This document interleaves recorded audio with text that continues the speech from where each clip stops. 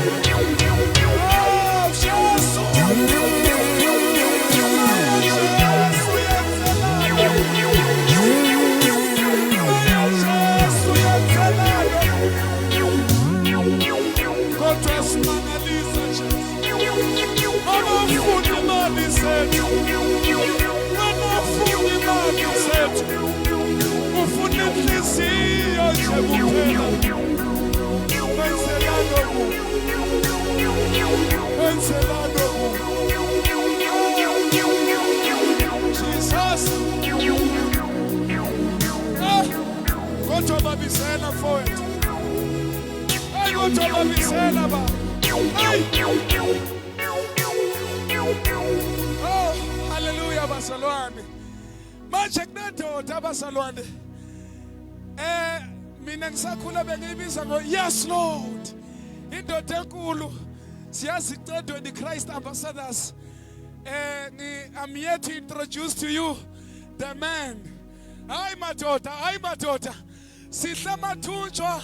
Hayi madoda, sihle mathunjwa. Hayi madoda. Yes, Lord.